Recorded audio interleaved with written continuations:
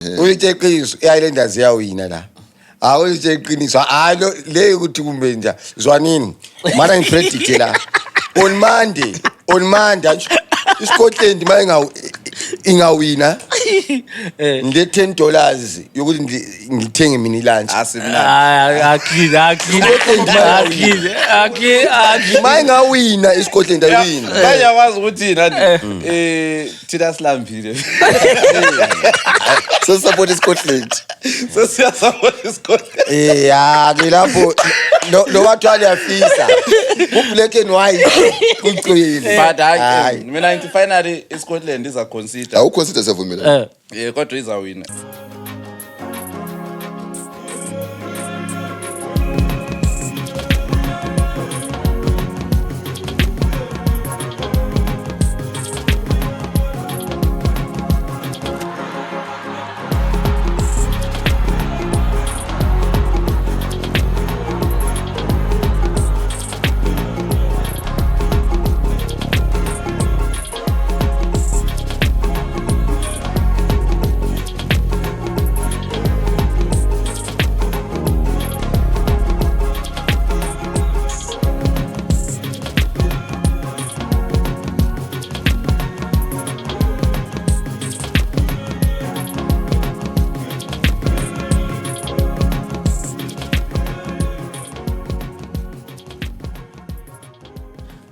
Siqalisa ngezibuhlungu gents.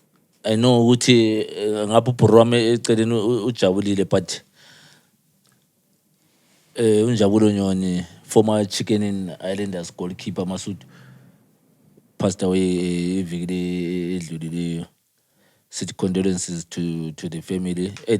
Football fraternity abantu baphela kumbe asinaze besingananzela kumbe vele kuyafiwa nje general but this time ngane ku football fraternity every week phela ananzela ukuthi every week silama RIP every week ngane sokunjalo but one thing emele sinanzelele ukuthi even iBhayibheli liyasho ukuthi ladlisa ensimini usakhangela ukuthi umuntu uzagofola ngalo mbuza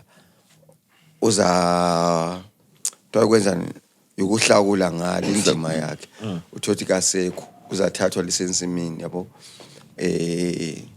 ikho khona madoda we must accept it's part of life but kubuhlungu it's a part of life. Yeah, it's one thing engajayelekiyo ukufelwa, and the reason why ukubona nganto kunjalo is because so kuhamba abantu baziyo but every minute every second abantu bacha phansi and kubuhlungu silahlekelwe uPopo. One of the person, he was so entertaining and funny to watch, the entertaining goalkeeper. You could pull out good saves and you enjoy watching his play. Always laughing. But konke kulesikhathi sika enjoy iBhayibheli yacho ukuthi kona everything can disappear but not the word of God.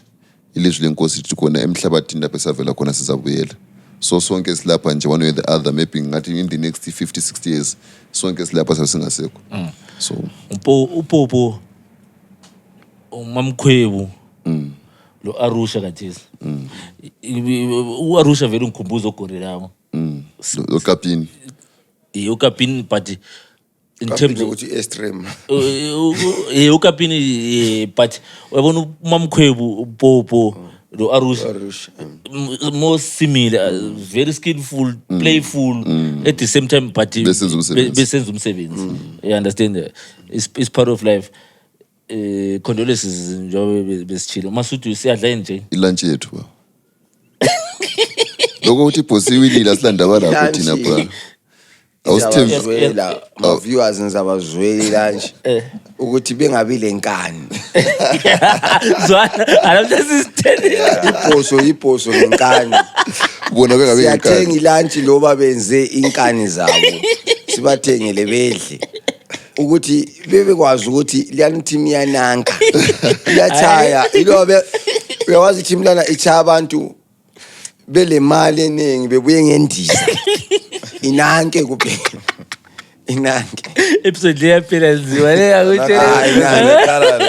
akutshele wakayeti episode leyaphela nziwa le yikho namuntu moya igqoma suthi so Respecting. I want them to share my black and white. Eh. Respecting the tie peoples. yabona kuyafika Akuyafiwa mdala akuyafiwa ngifuna ukulithengela ilunch ukuthi lile nkani anisalithengeleli ilunch ukuthi ngithi lile nkani ukuthi ibhosi yayo le bhanki black and white le bhanki black and white ilunch le ebuyayo ma viewers ngokuthi bale nkani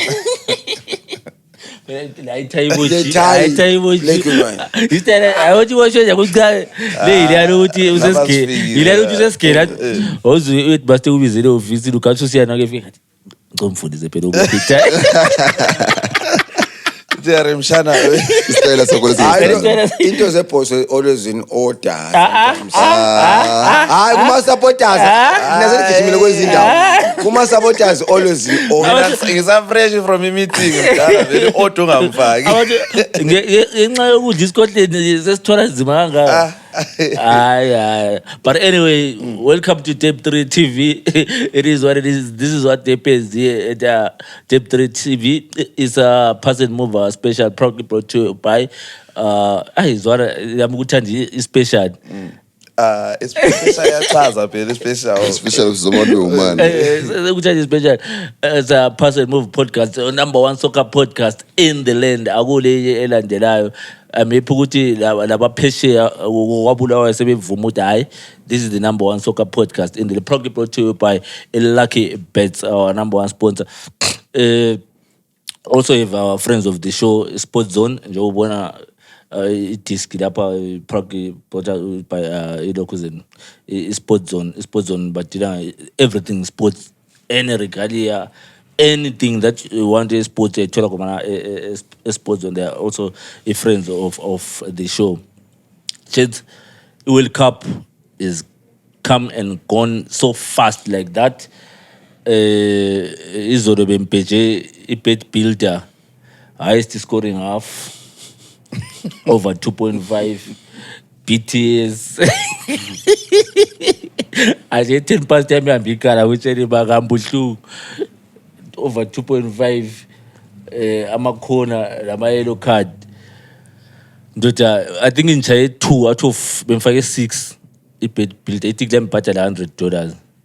Hey, iSpain yabisiyazwinela second half second half ye extra time angutshele manga uyakwazi uzidlalela ibet builder Lucky Bets khona bozifakela imali yakho ngeOmar ifake ngeIco Cash ufake ngomthongo inbox uzifakele inbox uzibhejele la Lucky Bets khona ufake ibet builder uzayifaka umenzi kodwa ubona ibet builder win nxa ungawazi and you have to be 18 and above ukuthi ukwanise ukubheja sihlala sithi ukuthi bet responsible mbonela itikiti angazi itikilelela yilo kumbeli editiwe ngwe AI lokho AI wethi AI umuntu udliwa igrammar nje mina nje 10 past ngcono AI okay uthi AI apha ukuthi silaba abantu vele abazakalayo ababethanda ukufaka izinto silaba wedliwa umuntu igrammar babefaka sibili ama-1000. yabona lapha ngabantu abalomubi labana afunga uyinga abanye ukuthi bebethe irresponsible. Betting should be responsible. Only 1,000 why to bet if you ticket $1,000. uDrake i-1.5 million ihambile bafaka abantu but sithini They have that money. ngewini lokuzeni eSpain. They are now the world champions. Ngapha ngama European champions. Mina support Argentina but igame lana so game adomela ifike ku extra time lana. Especially for Spain. Nje vele igame adomela ihlala iphele ku 90 minutes because Spain azange yanika Argentina a chance anyway. Or any scat or any minute. No shot at goal mdala 90 minutes. Argentina. For 117 minutes. Bayincisha umoya. So yiko ngotsho ukuthi imagine ukuthi ngabe kudlalwe njalo kwagcina iSpain sidliwe. Even umuntu weArgentina nxa ubukela ibhola umuntu osupport ibhola ubungagcina izwele ubuhlungu iSpain ukuthi phezulu kudlala konke lokho. You know, between the two teams I think Spain they hungry. Yeah, defuna ukuyiwina. I think that's true. Especially you can tell ngokhuluma sithi kona having a good handwriting doesn't mean the answers are correct. If they had a good handwriting, good ball position, good pass accuracy, good trying to do a shots on Spain, Spain but they failed to score. So konokana iko okubatrick up to ilokuze nini extra time so the yikho udlisa itikiti lami the advantage buhlungu nge10 yami sorry the advantage was that ukuthi khona isilana ibisi short a main short as well and they were never hungry like last time in 2010 when they won the World Cup they were European champions as well Spain and they became the world champions so the moment they went there I just knew that the history is going to repeat itself now so we say congratulations and especially for me lo masudu alapha sajabula bra uthiwa goti imbuzi ifile ngila imkhwapha yembuzi endlini abayifuna ngani mfuku ichabe ubilthong but can you say Spain well deserved yeah 100%. yeah well deserved ngizathatha amazwi kaMenzi kanje ukuthi iSpain ibinga abantu bonke bengayikhangelelanga ngathi ibingalamehlo wonke athe inhloko uSpain because ungathi uyayinanzelela ngefootball ngikhona senanzelela uMenzi sikhuluma ngokuthi iSpain ikore only one goal but i-tournament yonke abantu bonke bebecabangela ukuthi it's France and what maybe Argentina ezakuthatha or England kanje but Spain which means very from the first minute it deserve like what I like about Spain idlala as a team that's why ubona even ifihle information kumbe ngithi strategy se Argentina base bababulala ukuthi bengabuild uMessi vele engakhanyi phela umunye umuntu uzwe washo izolo sethi athi why bengafaka uMessi kathi uMessi ngathi njalo groupini sibila why bengafaka uMessi so thina uMessi ukhona la but I think basically in football it's a game that a team that scores more goals wins a team that concedes less wins so that's the strategy which ilokuze in Spain came with it came not to concede but to score so they basically they won congratulations to Spain Spain vamos España ezwa azambezari sija sesina vamos España kanit ahle singene endabeni nje sesiqedile World Cup uhambile wena ku EGM you were there you captured everything so just to give you context to our viewers that Linda held emergency general meeting yabo izolo on Sunday mfuna ukuthi sesiqhaqhe indaba yonke from ama-eco case indaba le qase nge-EGM indaba le very funny episode yodwa I know just in brief because you were there ama-minutes wonke ulawo ikuhleka nje ukuthi ifuna episode yo whole day ngoba lokho emphinda i-team yethu le i-crime scene mdala kumele vele konke okukhulunywa khona kufakwa ama-tape ayelo lawana ukuthi lo faka umuntu kaye bayibhore ufaka ama-tape ayelo ukuthi do not enter mbe do not cross ngoba mdala mina ngiqala ukubamba ububi bendaba sokukhulunywa ukuthi imali ezingene eklabhini we were there from the beginning or mina ngingene amphuzanga kakhulu ngithole kusa vele yindaba actually adinge ukuqala okay abantu bebekhuluma ngendaba kulabantu abanikwa izipho izimota ama-10,000 so just in brief kanye to outline the major parts the major points so abantu bebefuna ukuzoresolve ukuthi you know imota lezi lazinikwa and imota lezi imota zokuthi even lingacabanga ukuzithengisa kajesi abafana bengathola imali zabo abanye lanikwa lama-10,000 phezulu ama-10,000 lawa sizwe uCEO sesithi yena akasakwana sokubuya emsebenzini kasela capacity kodwa anikwa imota plus 10,000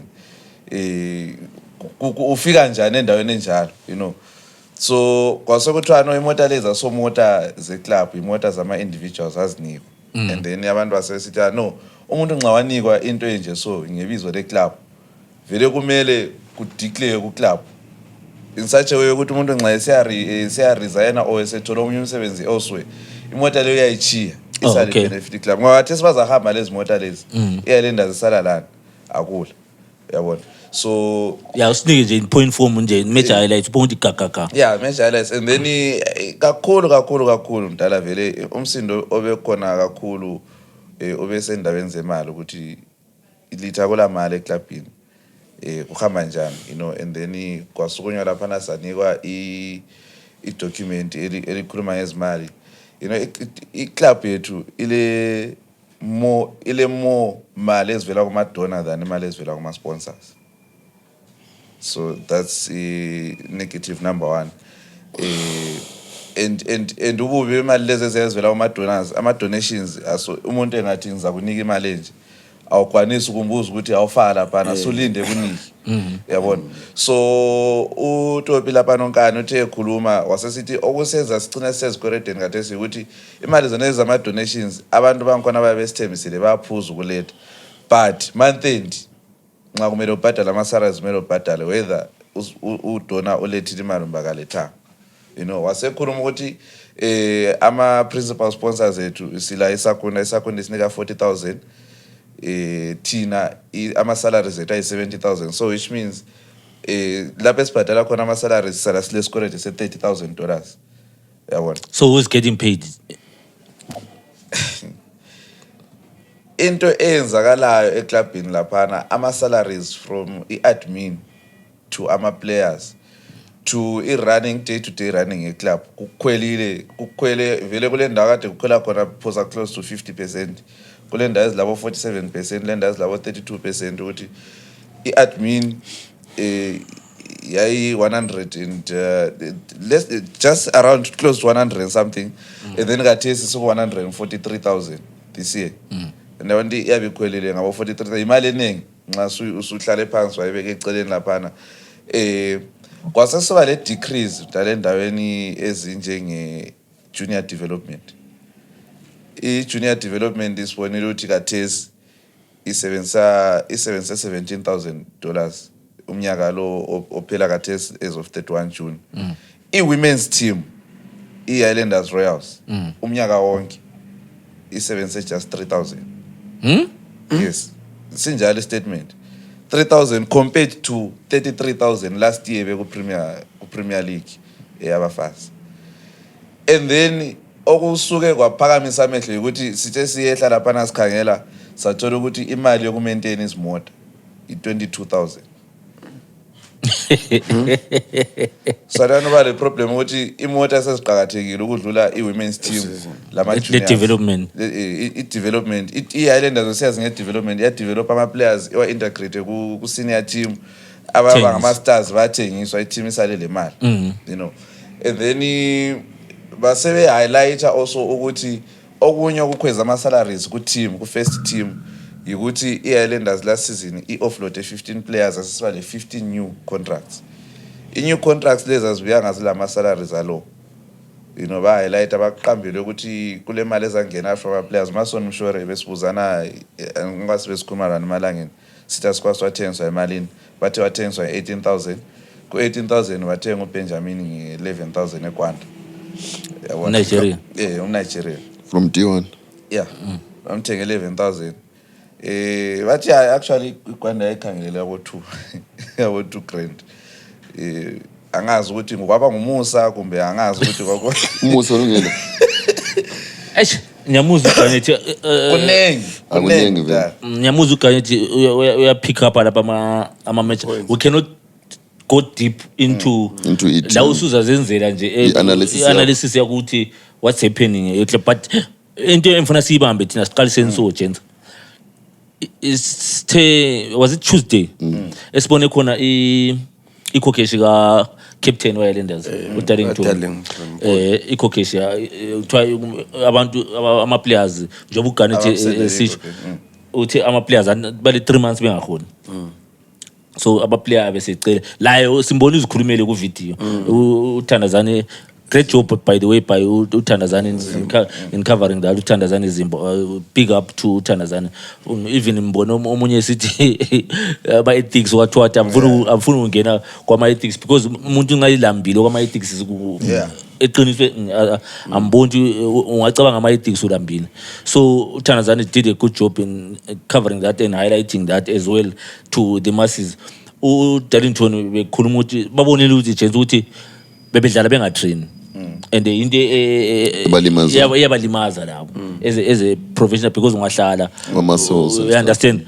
So bafaka i-cocation number lapha ukuthi abantu bejikile izimali then ijikijiki ngabona i-post ka-Ezra which of course like he was making a lot of sense in a professional setup, but as I said ukuthi lapho besungasafunakali ama-ethics and professionalism and morals and everything else besokufunakala ukuthi abantu bephile. I-club yasikhipha i-statement no sesibone ukuthi into le ingozi expose ama-players the integrity ye-team. you understand. So besicela i-cocash bafaka i-bill code ye-club ngiqalise kuwe Masudu konke khona lokho esikubonileyo kuchoni as Islanders support and the masses wena buhleze eSoweto laphana lebe khuluma kuchoni kini singakayingeni kiyo deep. First kusho ukuthi poor administration. 2 kusho secondly awukane ukukhulume ezinye izinto which are painful. 1 bahambe izolo it was on Sunday and Islanders bedlala eScotland. So you don't expect ama supporter abanye ukuthi bebuye because sesiphakamisa izandla ukuthi isikhathi sesijayile sokuya kwaIslanders. So i-meeting yakhona vele angazi ibimele bona abantu ama-VIP abazangena mahara ngale ngoba mawungena ngale isikhathi asihambe, which means i-AGM yakhona in terms of ukwenza i-meeting yakhona very it's paid because ngeke uyenze ngeSunday webha i-Islanders dlala le-Scotland. 1 3 yakhona thina as ama-Highlanders football fans we are not happy about into which means abafana kudala bekhala ngento lela but i-Islanders mayekuyikuthi thina sikushoyo lingizwe kahle ama viewers kanethi wena ukhona ngala nje thina sikushoyo mayekuyikuthi ku-Islanders akula mali ende kudonswa nzima nje administration ayiphume kungenenye kuzanyo ngenye mayekuthi aba benefits umqikali bahlaleleni awungeke uhlale emlilweni so phumani kungena abanye mayekuthi kungumlilo yabo kungena abanye sibone a new style sibone ama fresh minds because ilento ye-Islanders baba i-Islanders is turning 100 years kubuhlungu lo kubuhlungu kakhulu ama supporters from imali to ama supporters to i-player kuyayangisa emhlabeni wonke jikelele not kumbe ngakhuluma nge-Ethiopia kuyayangisa baba kuyayangisa lo kuyayangisa lo. Yeah, I think basically what you Masud is saying and most people are saying about this issue is something else where esifika khona sithi khona yes some people are saying it's unethical.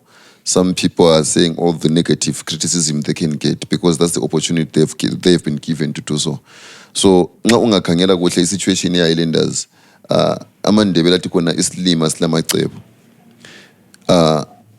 bephinde bethi khona singalamba siyadla loba butshani okuthi ukuthi khona the boys have got the team at heart and as much as they've got the team at heart they need to survive balezimuli ezindlini ukuthi bephile bake bakubona kusenzakala nxa kulama problems ukuthi kulenkinga ezwele amanye ama players abo ama supporters pitcher in to help and kwabuya licebo elihle ukuthi litholakale whoever brought the idea mina kimi I'm saying thumbs up because it is something that can alleviate that problem which is being faced by the players so that they can take care of their loved ones and family.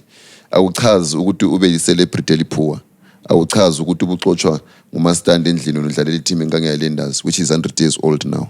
So nxa sebethe khona bacela uncedo to the fans because ngihlala ngikutshela ukuthi khona ama supporters e-Islanders bayithanda i-team yawo kakhulu bayithanda and beyithanda benjalo labo nxa ibajabulisa kanje there is no harm in helping in pitching up. I-problem isuke ibe khona ukuthi khona beseli hijacker the idea of the fame of the players because you want to cover your embarrassment. Kuluhlazo sibili kuluhlazo ukuthi umntwana ephuma endlini ehambe esacela impuphu komakhelwane sithi sesisilambile mina ubaba ngikhona ngisehle ukwenza ulutho bese sisinxa umntwana sephuma sithi hayi imede ngimthumile ukwenza ukuthi unganthi akuyangisa but kungasenani sokwenzakele sebezama to cover up for that and they're now giving in amapila quotes angu-2 which okuza kwenza ukuthi kube lenkinga kade sukulezi mali eziningi ezingenele kwa-lenders azila transparency ephuma nje ngokukhuluma kwenzulo kuze nini sokusiba le imali futhi le ama-players what guarantee is there ukuthi ama-players are going to get that money as well? The boys are playing, the boys are giving everything, they all let them be paid. And modern day slavery asayifuni islavery yaphela ngo-19 Gotshane besenkazalwa ngale. Now people they have to be given what is due for them. Highlanders inkulu, yes, indala, yes, konke ukukhuluma but it doesn't reciprocate what we are seeing. Yedlule ngochikenini babela ama supporters angu-50 e-stadium. Yedlule ngobulawayo Chiefs ama supporters angu-50 e-stadium. O Triangle abuya li support eli-1 e-stadium bebhadala ama-players. Highlanders lama supporters 15,000 and so forth. If it is possible to cover your face, bhadalana ama-players liyeke ubhadala ngala amanye behind the scenes. Kuyabe kungcono because i-settings yikho lapho kubonakala khona because kunje Masutu wena sungayiswela amafutha okugeza but ulezigqoko zokugqoka nxa ugqoka isudu njenganje mbani uzabakwazi ukugezana because usukhavile idote phakathi. So asikhaveni idote phakathi njengalinda siyenza abafana besmile inkinga zethu sizibone zodwa amashona kulesi sakhe seshona lesindebele esikhommente 1 uthi khona okwaziyo ukuthi umntwana egundoni yagula ngechini umhlabathi chinoza ukuthi mwana empe warugula chi if because konke okwenzakalayo kungaphansi kuthiwa chakafukida zimba manteka. So asiyekeleni ukuthi khona amakhwapha yethu ehambe enukele abantu sinzela amaqaqa yethu ebandleni. It's very bad as Highlanders. Let's try by all means everybody else onke umuntu yakwazi mfunga utshela nika one example. Chicken can play here at home. Ama supporters amaningi bengayekela ukuhamba. Highlanders plays ama supporters eChicken ihambe siyabukela Highlanders. Ama supporters eBulawayo Chiefs bahamba besiyabukela Highlanders. Abe Dynamos bayahamba. But nxa la amanye ama teams engadlala aba Highlanders bakwazi ungahamba kuyabona. That's how big Highlanders is. Konokana kuyaba kuluhlazo ku-Highlanders. Kuluhlazo. Mkanyethi mbuze something ku-EGM ama-ofisini bona kulabantu abangaholiyo besides u-CEO lwana wakhuluma uthena se-incapacitated baze ubona bayahola kuze kwangezelelwa you know like I said ukuthi admin salaries e-admin lawo akhwela okutshengisa ukuthi bese kulabantu abanye abangezelelweyo so administration bona are getting paid admin abashaya i-day to day running ngeclub i-day to day running ababe bephezulu ngalo i-pay ba up to date bathola then ikhona igrade ukuthi kade siyakutshela ukuthi no ngithola ongaka kwangangena izithukuthukhu zenja seziphelele eboyeni hambo ezingela. So at some point bese kubuza ukuthi why do you need abantu abayi-3 e-ofisini ye-finance into engayenzwa ngumuntu oyi-1 you know ehambe nxa kungamabhuku wesiku AI era yalungisa amabhuku echiya ku-audit yenza umsebenzi wayo kusithi and i-audit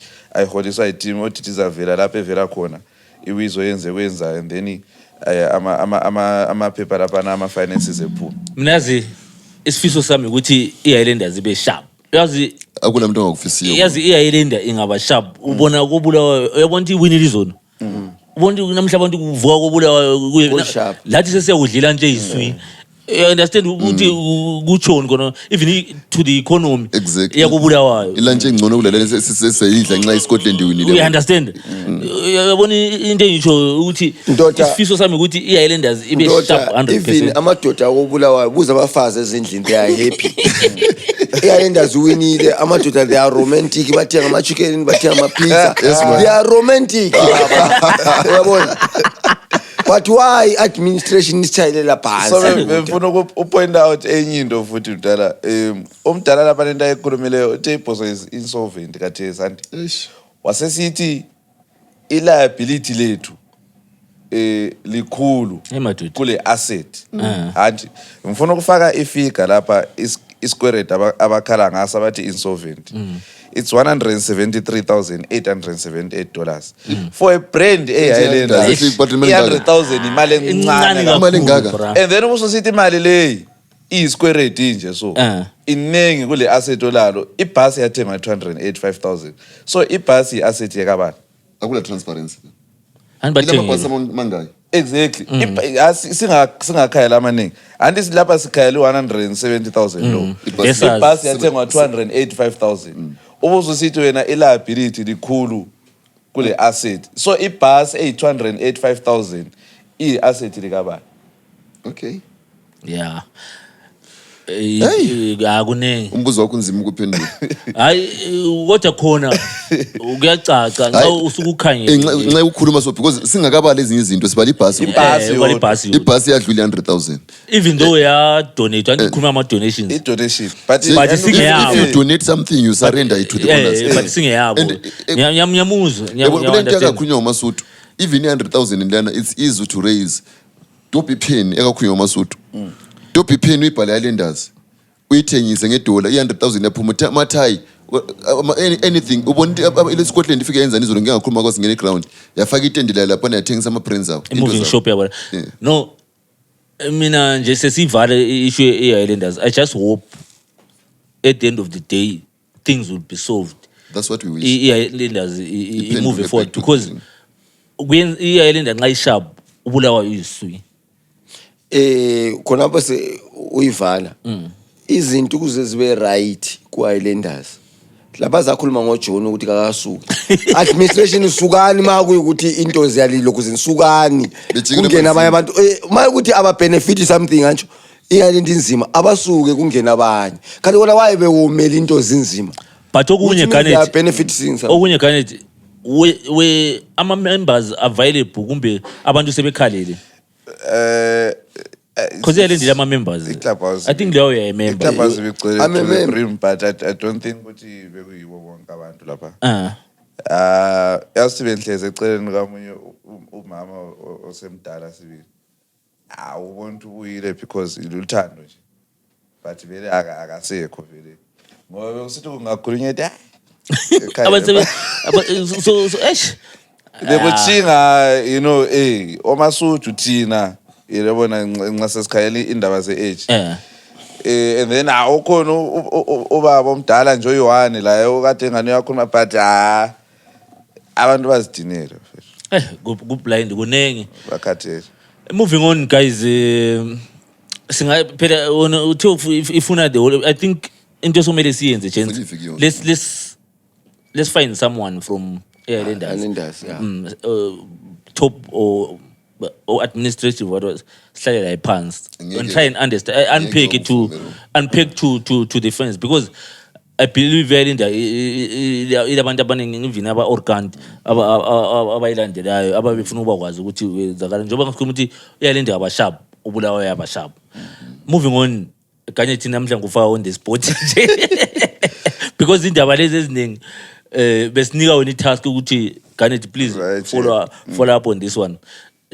Scotland ideal le ZBC li raise ama eyebrows in such a way that ukuthi sigcine sesibona iZBC isiphuma isichasisa and we know ukuthi in such scenarios ungabona i-national broadcaster isichasisa isi-explainer So kule pressure kube kulokunye ongane akuhambanga kahle okulokunye okuzavela phambili abantu abakukhulumayo ongana awukhosha ungayithi nje ngamafitshana bonke ukuthi fahla fahla idilila ngikhona kahle kahle ukuthi limayelana ngani so uhamba njani like yakhumbula imvuzo yokuqalisa into idileli mayelana ngani ngokwazi kwami it was sort of a copy paste yedili ele Scotland I think between 3K TV le ZTN ukuthi you know kulama ama teams and babe record ama behind the scenes ama training and stuff you know into leyana is for branding matters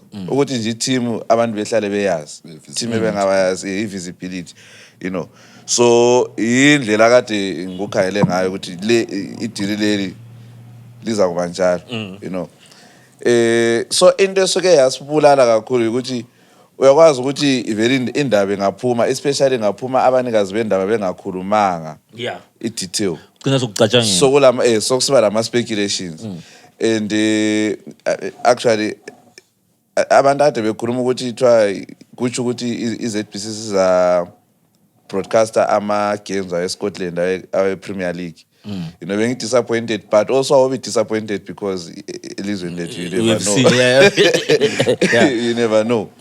Yabona. And then kwasokusiba wesinxa sokuchasisa ukuthi no bazabe be screen ama games aye Champions League. I mean ama preliminary rounds aye Champions League aso into edinga ukuthi kuhlalwe phansi sithi sicela libe lizo. Aso into edinga ukuthi kuhlalwe phansi ukuthi kukhulunywe ukuthi besicela ukuthi kuma knockout stage libe lizo screener. You know, if a broadcaster is ama means yasukuma izokwenza nje. And kulama broadcasting rights. Yeah, but ama preliminary rounds ala pressure. Into njabo CAF Champions League Confederations Cup baba serious ngendawo ze broadcasting from group stages of seed. But the CAF deals with that, we know ukuthi exactly ukuthi u broadcaster vele nxa ebuya kahambe teamini. Uhambe CAF. This is what I'm saying. Ukuthi le sifuna ukuscreen. Ngikutsho ukuthi iCAF idila ngama rights ona lawo. So idilile usu unpack kuhle just to give content umuntu obengakwazi. Right, yeah, is ZBC yona ibuye ayisakhuluma ngokuthi izatshengisa okuningi other than ama Champions League matches. So sakuthatha kube njalo ukuthi bathi hayi idili lethu ngilokuya broadcast le friendly Toyota Cup against Kaizer Chiefs mhla ka 26 isandele elandelayo. Yeah, le bekunga make sense ukuthi sithi thwa abacela ukuthi sicela ngoba lathi sifuna ukubona abantu bethu badlala kanjani le Scotland, you know. Yamuza uganyethi utho Masuthu. I think is Ugandi saying that day kusenziwa ngacela ngasenshuna into ZBC News and I heard them speak afterwards ukuthi it's just a deal for ilokuzeni friendly kamhla ka 26. So my question to myself was, if it was that only for that, why would you sit down and write a memorandum of understanding over that? So basically, it is what it is. I cannot say anything beyond what I heard or understood. But that's me just thinking outside the box. So one is just like going and advertise, maybe if you advertise or something. There's a need to if you up to a memorandum of an agreement, maybe ukupala upedla kuzeni upadala imali yakho nefunakala ukuphela nje ukwenziwe uphiwe receipt yakho nxa une receipt. Mina belembuzo eyi2. Our league is still running, gents. Ngingakangeni ku deal yabo to broadcast that match. It's good ukuthi Scotland as a club idlala ama friendly lama teams ajabo Kaizer Chiefs. It's good for them. But our league is running. Ama teams ifixture yabikhona uyazi ifixture yabikho mhla 26 and iScotland dlala Dynamos igame liyana ingasheka something ku title. You understand? That's another point. Uthi ingasheka but ngingakafika ku title but igame liyana is postponed for friendly. What does that say about league yethu? Mfuqashela khona lapho. What does that say about league yethu? Team ihambe idlala friendly. Kulama important our league is running.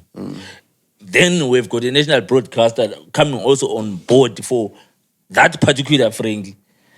Uzimbuza siyakuzwa uyazi umbuzo wakho lapha uphenduleka kanje simple baba asithaye indlela sifihla umphini imali yabusa iScotland sibusa ukuthi ivile yani match ku broadcast yona kumbe ivile yani iDynamos versus Scotland yona idlale le Kaizer Chiefs lana ime ngenxa yemali yabona which is a friendly. It's a friendly.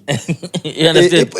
ZBC kuya ngokuthi ungubani, which means eZimbabwe it's not about football. Kuya ngokuthi ule mali engakanani. So ubulele football lokho. I would like to beg to differ a bit according to EPSL. What I understand according to EPSL, the unfortunate party with Scotland le mali. So whatever they will do, even if it's in line with the status of the PSL, kuyazikhanya nganto kule mali. Any team has got the right to apply for a leave of a game abayifuza idlala in the future.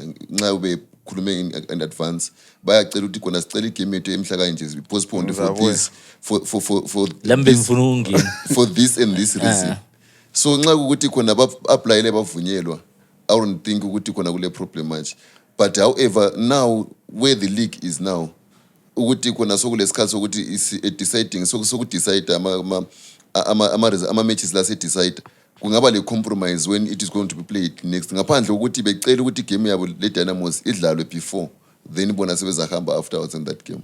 I think yakungcono that. Yeah, so aleli ngambuzi ngayithatha ngayindaba le but so you know khuluma indaba ukuthi ukucela but anyway ugcina wazikhavisela ngokuthi nxa bevunyelwe.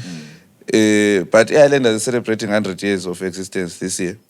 And ihambile yacela ukuthi sicela ukwenza a 4-team tournament. Not with ama local clubs. Bekuzabizwa clubs from outside. Example, ngibethi Orlando Pirates, TP Mazembe, you know something. Kube a 4-team tournament kaka celebrating 100 years. Uphele iPSO yathi athwai awayenza because this season sidama games amaningi. Schedule set to see peace. Okay. That's my point. I didn't know about that. Vele butho bemfuna unika example nje easy. League is running. The most watched league in the world, EPL. There's a game between Manchester United and Chelsea on the 26th of whatever date. Then bese kubuya Deportivo La Coruña slave friendly the Man U. Do you think when in your rightful mind FA England ngathi aswi manas misi league amale jazi friendly iChelsea imisi ngaso Chelsea be Liverpool yake hamba isadlala somewhere embese Asia and something like that league in progress. I know of Man U but Man U Man U abamisanga league baqala badlala game badlala igame amanye ama teams midweek ayedlale boma UEFA and stuff labo FA so I weekend yakhona Man U naye engadlali. I think ayile sort of a week of rest. Bahle bathi mana siyodlala I think babedlala Asia somewhere ngaso. Man U but aku-affectanga ifixture. Mana ngicela ukuthi ngibambe mfuna anguphikisa what I was mfuna sibe lokulungisisa okuthize okungani kuwrong. Yikho phela lapha ngisho khona ikubona mina one person ongela nhloni zokuthi into bengayazi like what uGanet was saying ukuthi khona like ngisithi khona bengikwazi kule provision yokuthi khona uyakwanisa ukuyacela and iboss uyahamba yacela which is fine ihamba yacela and ukucela there are two answers is either uyavunyelwa nombe uyalelwa right usubuya labe ngiyakho now iboss wenxa icelile yatshelwa ama reasons ukuthi khona kula matches amaningi and so forth what is so special about these ones ukuthi becele bevunyelwe. I think usuphendile so bengakwazi ukuthi kule scenario kade sesiswi kade sesiswi sometimes izinto ziyangekho kade sesiswi so wena ikade lahleke khona ukuthi kade sesiswi mina bemfuna sinanzele something ngelinye ilihlo guys because into ayicho uGanet exactly did not affect league because the man you yahlala almost 3 weeks 10 days 3 weeks to a month abahambe khona bebengani kube yi-pre-season like laba bedlala kodwa kwi-FA Cup base bephumile le FA Cup kule league kwawa le FA Cup kule Champions League le league base bephumile bona ama-cup la ku-Champions League babengekho of which kungaphambanisi league awuphambanisi the other teams you understand but this disturbs the league that's where my problem top is. 3 and uvumela abanye ubayali umzalo and which event is big Mtara Scotland edlala Kaizer Chiefs or ukuthi kubuya ama clubs amanye ezodlala 100 celebrating 100 years. The Islanders have been there for a quite long time but ubusuyaleli Islanders yiko ngithi madoda asingaqambe nomanga madoda money counts kuya ngokuthi ngubani. So yabona into engisho ukuthi kuyaphambanisa kwasto unga-fact checkela just to clarify on this issue when while we're moving on because asifuna ukuthi sicine sesinika ama-viewers into information engayisiyo just into ekhulunywa ngobutho ukuthi PSL yini eyavuma ilokhuzeni ukumisa ileague while is the team yedlala okuyi-friendly ongala msebenzi ongela ncedo understand ngoba kuzikhulisela i-brand labo at the same time kusiphambanisela i-league yethu. Last week we gave our viewers a transfer window which is still ongoing. We saw ama moves that are still happening. I'm happy teams are bolstering. We were worried about Bulawayo Chiefs and not Chicken and the Islanders. Which they're not bolstering Ama squads. I'm happy with the business that the teams did this week. I was quite happy Chicken in. Their former players are coming back to and do you know what that does? The experience blind from ama-leagues aqinile kula wethu nxa bebuya ababuyi besiya kwamanye ama-team. First preference Chicken. To me it says a lot about Chicken in. We saw Edmo Chirambadare uphendukile ku Chicken in. Okay, sendithole something there. Kuthiwa no team can simply ask for a leave from the Castle Premier League Soccer PSL to attend other commitments. The league governing body strictly manages the fixtures, schedules, and generally denies requests to miss domestic games for friendly or non-mandatory events. So however, the PSL does not does not accommodate fixtures postponement and schedule adjustment in every specific circumstance. Continental competitions, national duties, force major, those are the only things that can allow. So I think we were answered. Yabona ukukhuluma angikwazi ukuthethe nga. Benguthethe ukuthi so kungani kuya contradict. Anyway, let's move because amanye ama topics bephula umthetho wawo. Into lana sensitive. yabona into lana sasikhuluma ukuthi we take 10 steps then 200 steps and the said parties has tried 5-10 steps back. 100. She's tried 200. This is a 500 move. Anyway, moving on Jesse kuma transfer window. Mina myself I was impressed ngento yena le.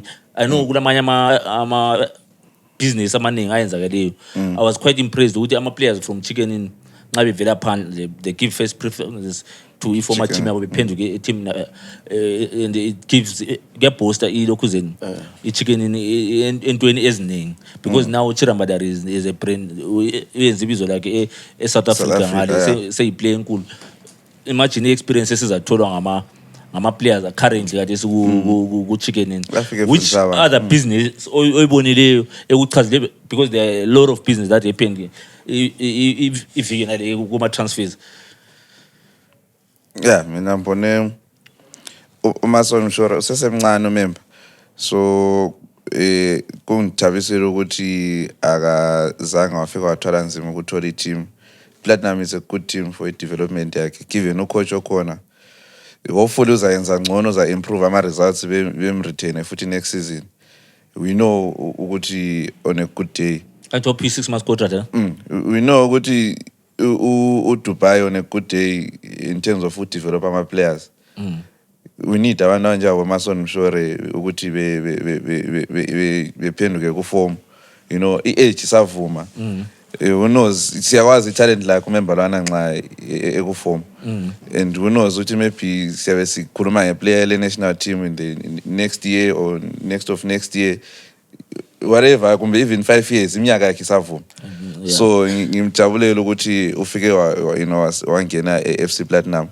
Even though ngiyabe ngifisa ukuthi ama players anje khona kade ukhuluma ukuthi Chicken in uphenduka uye Chicken in omshore beziphendukele Islanders, you know, same labo Prince Dube and stuff. So but yeah, khona ngalambe khona Platinum, I think it's akukho bad for yena nxa sesikhangelela yena sibili career. Yeah. Then also Bulawayo Chiefs released some players and ngani we ama Angolans. I think ama Angolans by 3. Yeah, lo Botswana. Ibona njani yena ilokhuzeni? Yeah, with the way they are right now in the local, there is a need to beef up the squad. Nxa usiyazinyela ungabona into izikhali zakho azenzi kahle kufuza uzilole kahle so that you can go and try again ubone ukuthi kunjani because lapha bakhona ukuchaza. And it's very dangerous, and the sink is sinking, so you have to try by all means and close all the linkages. And the only thing the most thing I liked about Ibulawa Chiefs is that they did not chase away their players at Baba Lonile and just loan out so that they can open up the space for others. It's not because sometimes kule khuba la kade lokusebenzela kuhle nxa lingasakusebenzeli kuhle uyakwanisa ukulibe kungalilahli because sasuzalifuna. So that is a better way of parting way with your player. And to add on to what Uganete said, ukuthi khona is proud about what Mshore did. There is no harm in trying and failing, and it shows that you have tried. The problem is when you don't try. So ukuwazama wahamba wangamsebenzeli phandle, you come back home. Kulama players amaningi alenhloni zokuphenduka into baza kuthini. I want to tell you something about people. Ibala lokuthi abantu abaningi sesifele khona apho ku statement sokuthi what people say, abantu baza kuthini. People always talk. Abasoze bekele ukukhuluma sothman. Because when ungathi khona ngingaqoka so abantu baza kuthini. Yekele ugqoka so bazakhuluma futhi. Ugqoke so bazakhuluma. So you are happy so I'm happy about Umshore. Lekele abantu bekhuluma, I'm happy about ama players anjabo Prince abaphendukileyo. Even I'm talking even kuma players anjabo Nakamba. There's no harm coming back home. There's no harm go nokusumtiso. Just come, yekele abantu bekhulume. In few days time bazabe sebethule and you'll be living your life. Then kule Masutu Islanders did business finally. Umfana lo I think sike sakhuluma ngayo last season. Uyamkhumbula olamabizo ukutshintsha amabizo ama-identity esayina ku-Scotland evela ku-Diriba team esayina kwa-draw thanks for the correction esayina ku-draw evela ku-Diriba team lapha nawe ngubani kade sikuwayelento usayine ngu-Evan Gwababa engu-Evan Gwababa ku-draw wasayina esebenzeli I think I've got the names eduze bensile ngce uGanete ngaba fraud phela njalo umuntu wabosho udinga amapholisa vele idla ukuthi amapholisa kulokhuzela uyalinda usayine ngu-Evan Gwababa ilokhuzela ku-Deliver team ile ayisebenzisa Evan Gwababa then uthe esesiya ku-Scotland wakhanyakala esedamabizo esenguThanyarara Godfrey Tsikan wasayina kuwadru because I think yadru lapha kwamele ithathwe ama points ama game ayadlalileyo kwayenzakala khona. You can watch the episode with it, but I'm happy Islander inside because I think that boy is a good player. But nxa bekhuluma abambukele abamazi he plays on the left back. Are you happy with that business? Yeah, even though Karuti fraud. Yeah, I'm happy if I sign abantu abangani badlala kahle. Yeah, but yacho. Yeah, badlala kahle yet they are releasing. Yet kade besekela Umshore. We know that day we went to watch Platinum. Umshore udlale Uganete Umshore. Udlale 90 minutes. And then ufike first game basibamtrusta. Wangena 90 minutes wadlala. To buy development. Yet ku-Islanders maybe ufika walunguza wabona ukuthi Chelete ka akula Chelete unokusi maybe lokho esalunguza uyabona you don't just jump in a pool yabo uyabo lokho usatesta so uyabona unokusi bedinga ku-Islanders so like i-Islanders layo kwamele in terms of paying ama players they must pay players in order for them like khonoko utsho asho owatching Rambatal ebuye from lapha iheart yabikhona kwa-Islanders but because of kabengela mali phakathi yabona ungeke udlalele baba wena you are not phakela mthakatho ukuthi ngiyenza idona so a team also that also did business is Simba Bora I was happy also nge-Dynamos umlungu wabo finally is signed lo Nathan Mtasa uthe isuke ku-Scotland loan to i-Dynamos umlungu lwana sedlalile eZimbabwe amathima amaningi umfana lo yeah umlungu lwana Callum English Brown if esesenguye umlungu esasimbona edlalela triangle imkuthwani le gwero le team He's the one, eh? Yeah. If basemthenga khona if kusesenjalo emzimbeni wakhe njengokuba ukuthi wayenjani edlaleli wawo iDynamos laphana they've got enye into enhle sibili ebuyayo ngoba Ukhona omunye I think weCameroon futhi yeah uDauda. uCallum ukwadlala kuChickenini. I still remember sivele Gweru sidlalela esadlaleli wawo sadliwa 3-0 the guy did good indlela yonke antimasebe mohambe sithi wow guys because uChumlon wayebulele but when he came to Chickenini though he didn't do much maybe Kanje akasathola ngokuhlohla ikhona akasathola ngi-proper game time under uMatora ngokuhlohla ikhona mazingenela umfana ka. wasesuka wasehamba so but Yeah. he's a good player is somebody who's humble somebody who can learn I think is that's the best age savuma Then also so Chitio Simba Bora. it's a good acquisition. It's But mina lana yaso. experience no is iseme needed. uyafana lo Mambare that rock mntana No, uyawazi memvuka umuntu lana understand esekhulile mbijana uChitio but ube sehlala isikhathi esiningi engadlali. Engadlali. So Yeah, wesi- impact aza kunzima at that age. position yakhe vele manje nifuna Yes. yeah. The good thing about abantu abanjengalabana abantu abasadlaleli ifame sebedlalela ugcina abantu ababo bayakwazi ukuthi umsebenzi wakhe is based ukuthi on performance based so put him on the field you perform. Trust me. Mepe point yama ngifaka.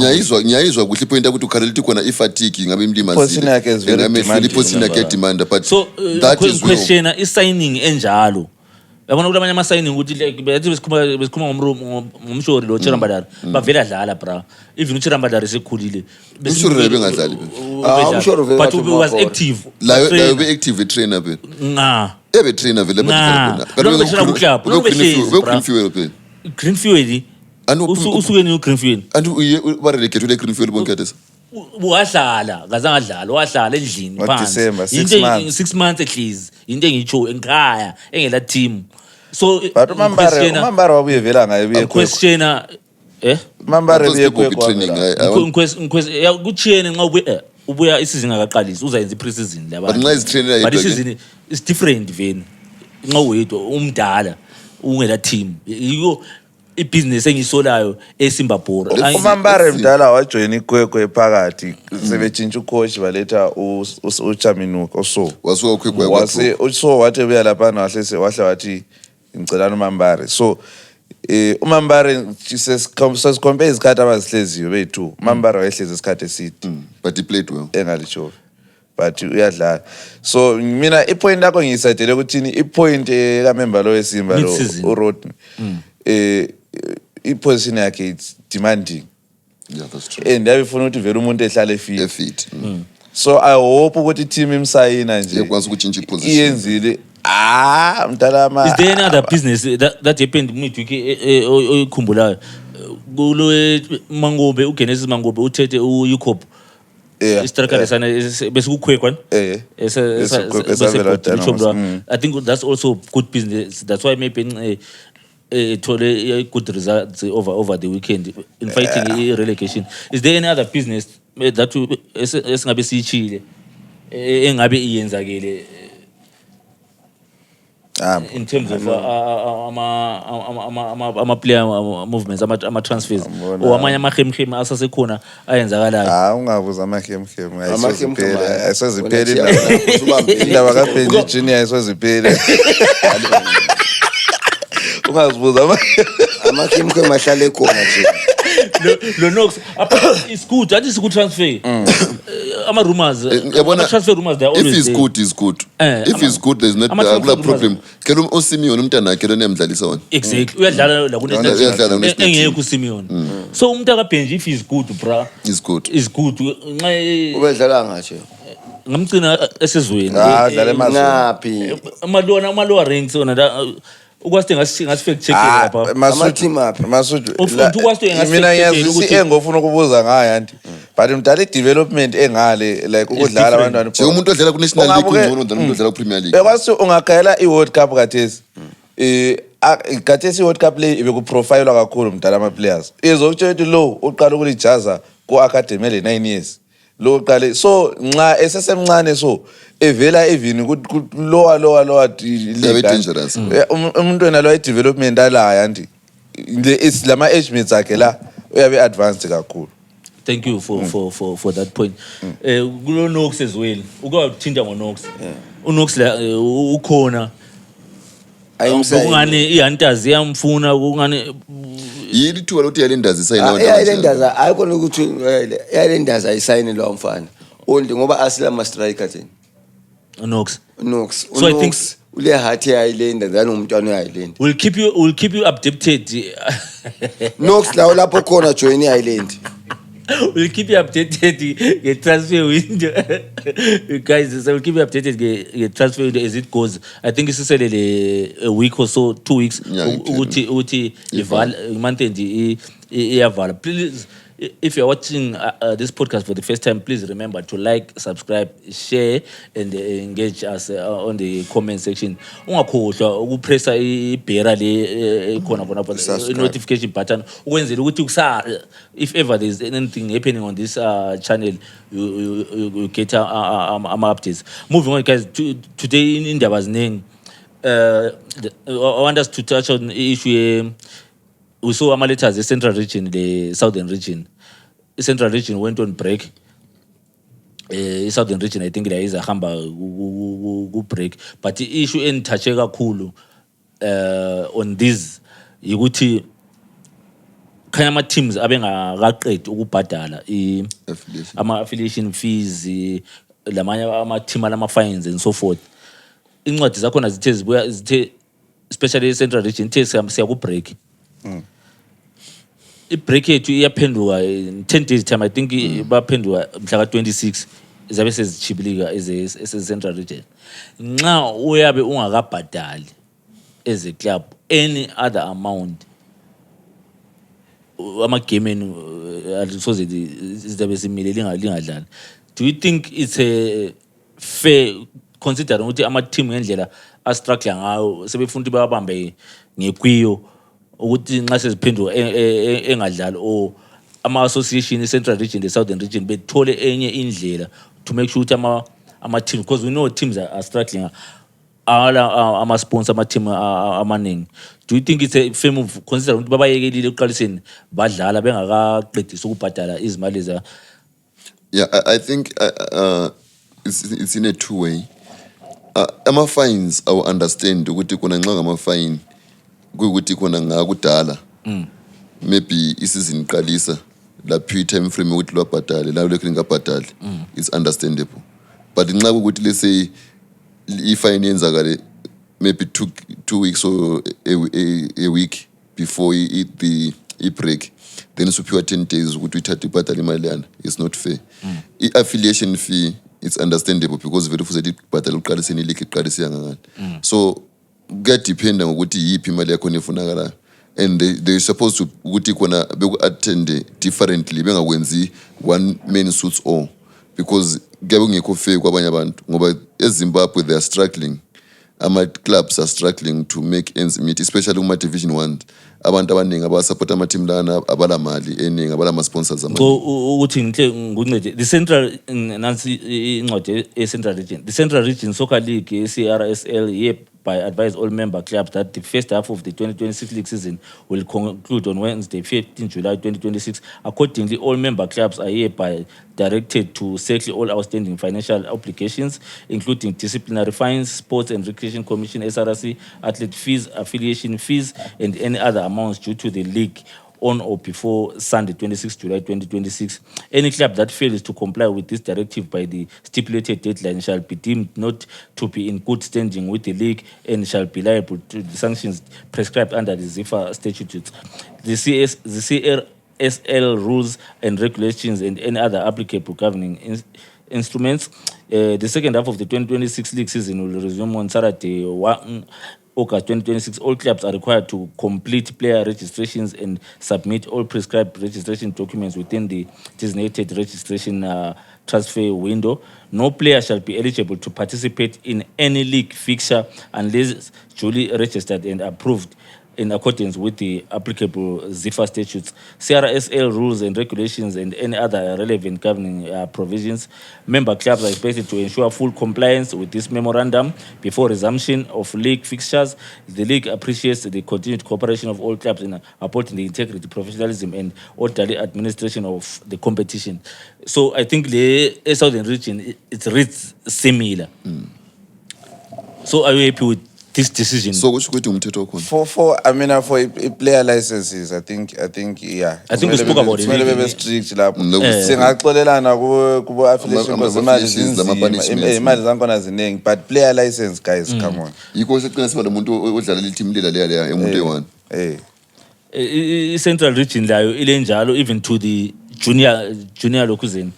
Angazi uyachayisa i-player registration fees deadline extension eyamalokuzeni even kuma juniors.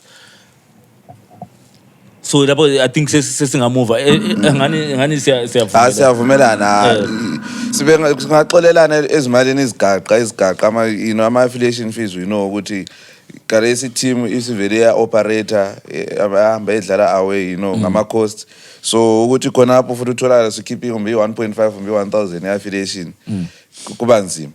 Kodwa i-player aliregister libe le-license. Vele. i-Central region ibreake ilokuzeni team kaLuke Petros ilokho iphezulu, which is i-Blanket Mine, lokho iphezulu elandelwa iChapungu. Team yam ngeke lokhuluma team yam iKwanda Pirates number 5. Then ku Northern region lokho ezidlala kuyafika this week I think zidlalile Harare City. Harare City I think it drawile. Harare City it draw I think Harare City le Black Rhinos luchiki lo bhanqa lapha kuyafika phezulu. Then ku Southern region iWange, there was a game I think game le Garnet, I think you have ama details game whereby ku Southern region iWange bidlala le Jordan kwaba le 4 red cards. I did not understand ama red cards lawa ama red cards issue before ngesikhathi se warm up. But okube unfortunate for iWange ukuthi kunikwe red card ama-players akade sevele eqanjwe ku-first 11. So akwazi ukuthi umthetho uba uhlungu khonapha ukuthi umuntu kakangena eground ku-first 11 and then senikwe red card, which means vele team sizangena ishotile, and then iJordan layo asinikwa elayo eli-1. So I think kube 5 red cards all in all. iWange It's 4. iWange 3. Jordan 1. Yeah. 4 in total. Into le ama-red cards, ama-yellow cards ibhora lingaqalisi, it's like kuyinhlanhle kakhulu nxa But ayitshintshanga yini iWange yafaka abanye? Awutshintsha. Nxa sefakwe umuntu wangwane nxa sefakwe first level. So kuchief. So bahle badlala Yabona kufanana lokuzenini le nto enziwa ama-teams izolo sike sakhuluma ngakho ngoGarnet kade kusenziwa ibhoso laphana. Uref setshayile impembe ukuthi qasana ibhora. You are busy delaying nisenza ama-rituals endawana. Abanye uref bawunika ilokuzenini emakhaya. Ngangabukela enye igame uref wabiza wabehambe wabesiya kuma kuline uref. Everyone uthi nxa ingena elokuzenini eground wayemqhubelile yellow card bonke bengu11 including ukeeper. Ibhora lingaqalisa. So it's very nxa usudlala vele usule square sule yellow card. So kufuze sikunanzelele khona uref as long as siseku field of play is full authority, can do anything at that given time. So kufuze sizame by all means to manage that and avoid ama incidents anjalo. So iWange idrawile le Jordan igame na le 0-0. Italian Vision instead of ukuthi capitalize yabisa draw layo le lokhuzeni le Bulawayo City ya draw layo 1-1. So igap le Wange lokhe li safe lokhe fanana akula difference. Then kulenye league into lesayinanzelela lethi ukuthi Pacific is doing well sponsoring iSouthern the Eastern, because the Eastern region la ibizwa kuthiwa iPacific Breeze. Angakhala ngakho lokana mdala akwazi ukuthi ungakhayela imali efaka ku-Southern region, but ngathi ngikhala abantu bangikhuza bathi uyacomplaina but vele league ivele ingela sponsor. iPacific ifaka 35,000 ku league eSouthern. and then ebesisithi ama-team wonke egqoke ama-branded kit. yabanika ama-kit which sakupraise ukuthi ivele ingela league Ibivele sponsor sorry yabona, so i-35 siyayamukela, but nje I think it's just like any other leadership esingayi-question. Abe-Southern Region, they should position i-brand le-Southern Region better ukuthi, because so lapho ukhala ukuthi Eastern iningi ithole imali eningi Eastern. oh okay And even if ungasonda bayothi Eastern ithole imali eningi, 35,000 mdala imali ye-team eyi-1 xa sesikhaya le season. lokho sazama ukuthatha but sakhuluma ngakho appreciate ukuthi sathi 35,000 imali encane, Yeah, but so sometimes point Maybe sekuthi ngcebaza hlala phansi i-executive sometimes ayifuze i-reject yikho ngitsho not uku-rejecta as such, abakuthathe as le mina ngifuna uba constructive ngithi abakuthathe as a stepping stone, ibuyile i-35 but bayakwazi ukuthi incane, but ku-business mdala vele i-Pacific ifake imali ehambelana le value abacabanga bazayithola. So the only way imali can be more ukuthi i-Southern Region yona iziposition in a way yokuthi kathesi umuntu nxa ebuya lawo bayathi hayi thina sifuna imali engaka, no then mdala banikwa 300,000. so that side That's 10 times more. alana ndi MCM so that side ku Eastern Region mfuna nje siphungu udlula iyada ilenkani iyada ifumphendulo iyada lokhu phezulu. iyada is an organized team, Iyada ifuna- organized team from the owners kusehla kusephambili, organized. iyada And I think there is the one who are well paying ama-players abo zwelo. so it's that time gents feeling lucky with lucky bets amangenu ngawezwa abanye babamba amaqiniso ama-games adlaliwe asiqaliseni ngadlalwe nge-Saturday which was Saturday 18 Bulawayo Chiefs played ilokhuzeni FC Platinum igame esihamba sayibukela nje ubutho kasasijoyinanga ngangizwe abantu lokho sithi draw Mina imngede ngathi Platinum yawina. iPlatinum yadla iBulawayo Chiefs 1-0 then iTel 1 played iKariba Nganthe draw le. abantu abaningi babethe draw but iKariba idla iTel 1-0 FC Hunters played iChicken Inn Nganthe bakubulala. yeah stadium iChicken Inn yawina 1-0 le yayingani banjiwe then Ingezi Platinum Stars played iRentals le yayi obvious abantu abaningi bathi Ingezi yawina and Ingezi yawina i-team of the season so far Ingezi yawina 1-0 considering ama circumstances we all know then iMozi played against iAgama kulomunye wayethe Agama angisoze ngimkande Yimi ngathi lokho akufihlwa. iMozi yadla iAgama 1-0 then last game edlalwe nge-Saturday it was pitting iManica Diamonds the Cape United. Finally Cape United remembered how to win yadla iManica Diamonds 2-0 then yesterday which was Sunday the 19th of July Hard Rock played igame lana bingela ama support played against iTriangle ube kwa Genesis Mangobe won that match over Khuluma ngiyibamba futhi. Khuluma phela ngathi ngiyawina i-triangle. ale wayibamba and khona iTriangle yazi kulike ibhizi bile imali engakanani Yebo. angutsheli man iHard Rock yadliwa yilokhuzeni uPrince Dube opened his scoring for iHard Rock with a beautiful killer free kick enhle kakhulu but they lost this match 1-2 to iTriangle. Pick up to Genesis Mangobe trying to phakamisa ilokhuzeni lapha iTriangle from the bottom. Then Dynamo's played Simba Bora, they played to a goalless draw.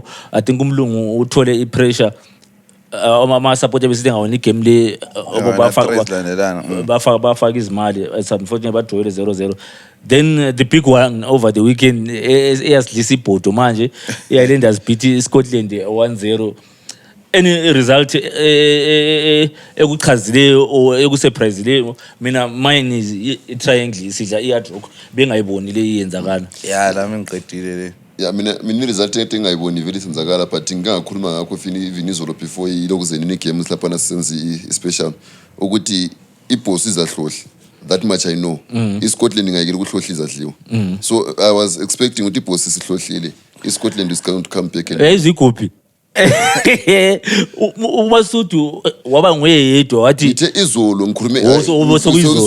engani ngikhuluma ukudlala izolo before even Hayi, you ngisazwa, can sorry, check sorry, ileni khona singayiplaya sorry. izoqaliseni ngoba mina vele nganthe khona abazayithatha 2-1 ilokhuzeni mina sonke savumelana finally ngathi ibhoso Kuyahluka. iScotland mina yimi ngambuza ukuthi iScotland izahluhlwa yiphi. nasathi ibhosi yahlohla sonke kuhlohleni ngathi mina yimi ngathi 2-1 mina uwinini ngangiyekho vele ngathi iScotland bazayihlohla final yabona and ngathi iNigeria izahlohla iphela angakhuluma ukuthi uzahlohla mina ukuwina vele ngangiyekho lapho duzane le abayithi ukuwina ngisengokhuluma izolo ngicela ukukhuluma into elokhu yesathi ukukhulunywa ngabantu. uMasudu Amasitana ndaba la elokhu yesathi ukukhulunywa ngabantu uGarnett abonke ama-supporters special odese eBF izolo. That goal looked like an offside, Jen. yeah I'll tell look it was an offside sendela ama video khona Look like send I've been it looked like looked like inkulumo right hayi according to me ngazi ibe look like and ingachajwanga is not an offside umenzi uzayifaka thosa kule video uzayifaka umenzi abantu beyenza ijudgment nxa ilook like is not an offside so uthi ibe offside uMasudu to Edon sesikhuluma sesiqedile i-podcast sesihamba sizinguthungana wanjela sicross umgwaqo wathi butho yazi ngile feeling yokuthi ngathi even $1,000 nyamba ngiyifakela ibhosi iyawina nyakutshela sibili iyawina ibhosi and wayelokho efila even noba sesixoxa khona sonke isikhathi wayelokho efila so the first time for the first time vandalism worked alana zo vandalism we want not awushayithi bengadliwa vandalism 10 games the win baba 9 games ungahluka we vandalize 9 games ungahluka because supporters we vandalize so this week Jesse kulaba big fixtures Yes, sir.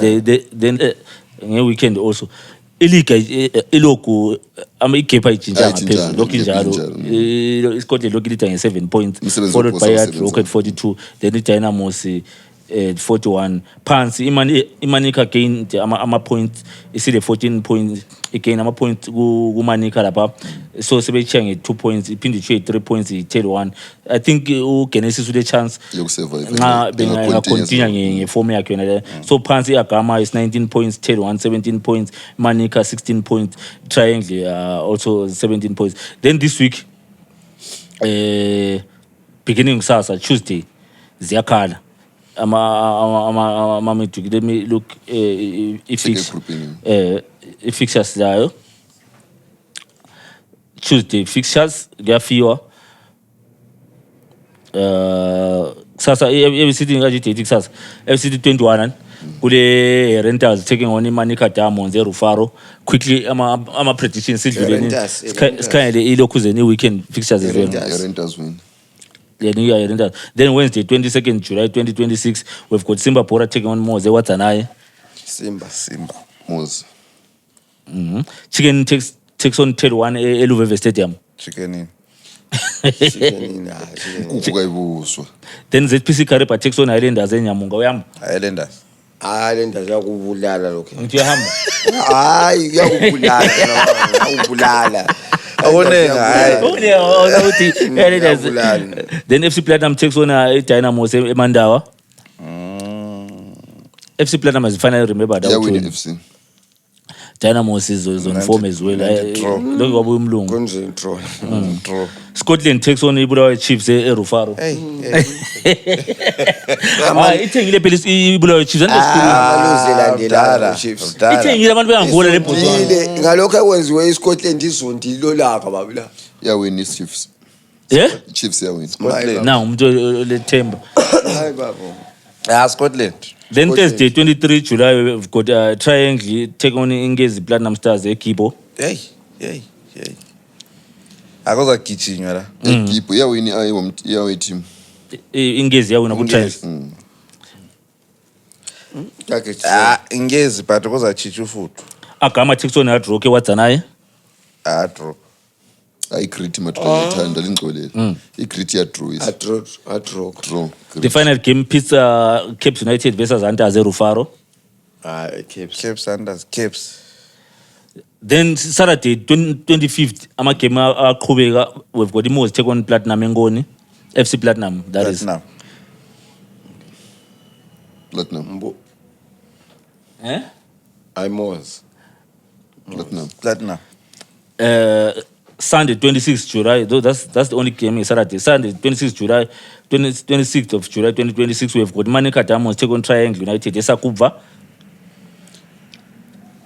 Manica ya draw work with me Jensi linganjipha draw Draw. sabe secabanga phela anisakha constitute sikhamba njani So triangle Manica until draw Hayi but triangle against Manica triangle. hayi Manica ngawina Draw. la Manica straight ngawina Simba Bora takes on agama ewatsanaye Simba Bora Simba Bora ayi Simba wasithi team ngatha 6 points FC Hunters takes on Rentals eHeart FC then Bulawayo Chiefs takes on ZPC Kariba eLuveve ZPC yawina indawo Hayi athi Bulawayo Chiefs hayi uzafola. Bulawayo Chiefs ngawina uthi yahola team le beefile up lingakhola hayi Bulawayo Chiefs is beefed up ngisathi ya ngisandi Mina ngiyayinika i-draw against Ngisandi. ZPC. so and the tricky part is sandi yesandi eLuveve Yani ki-draw against ya right ngedraw ayingana ama supporters then tell one takes on Cape eAscot Gibbs.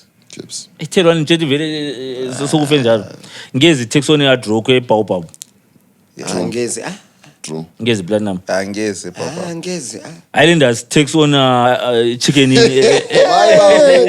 bye babo revenge is sour 1-0 Islanders. revenge is sour 1-0 revenge Islanders. is sour revenge is sour 1-0 Islanders. Hey, baba. Island yawina Yawina. savumelana baba akubuzo sibuya le mali sibambiso arch ende mfaki lunch phezulu Islanders boso che Islanders then issue that we talked about Dynamos are supposed to play Scotland eRufaro is postponed it's postponed Scotland ihambe idlala iFranks Yeah bayenza baba. abayenza bakufunayo Abaye- akuna nto singabayalisa abayenza bakufunayo money talks baba asokwebhora money talks kuya ngokuthi ngubani isikhathi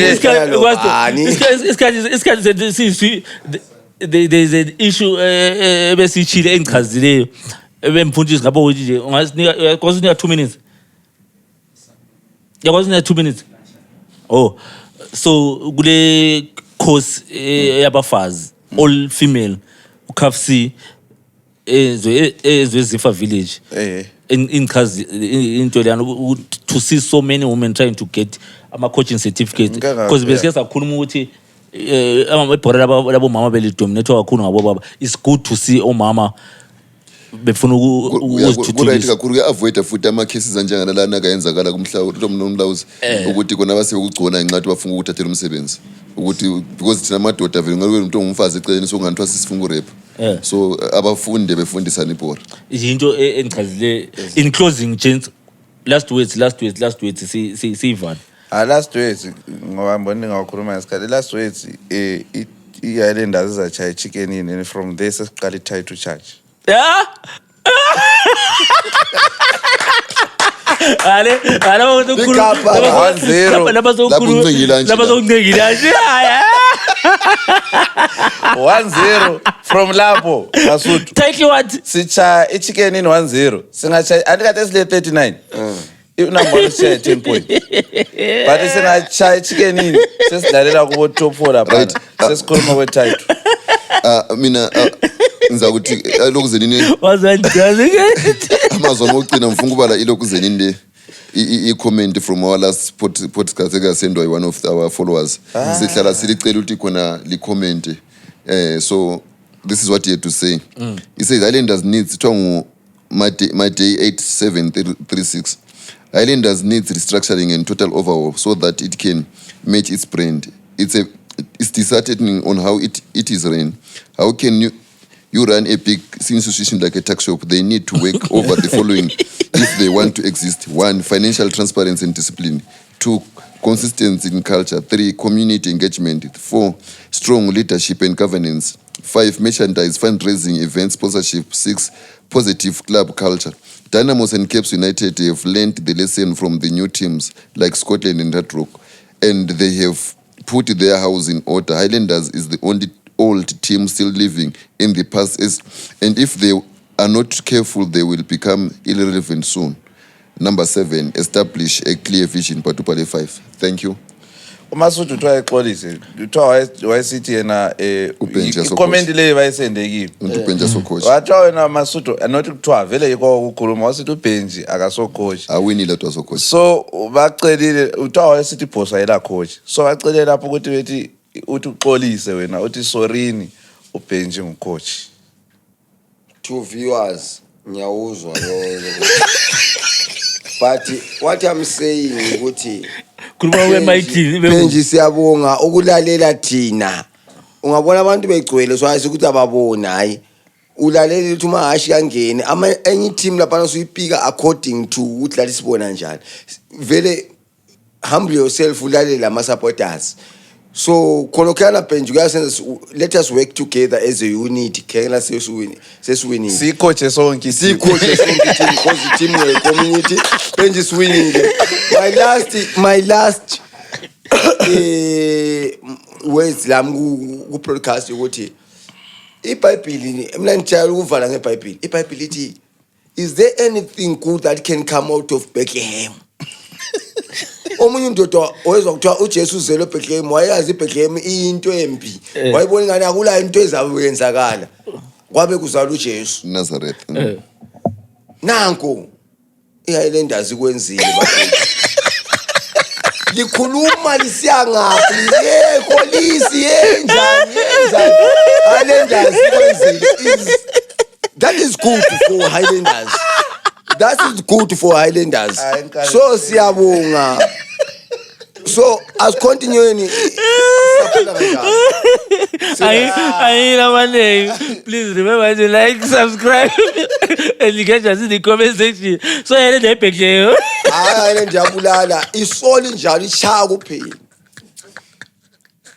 Hayi bana.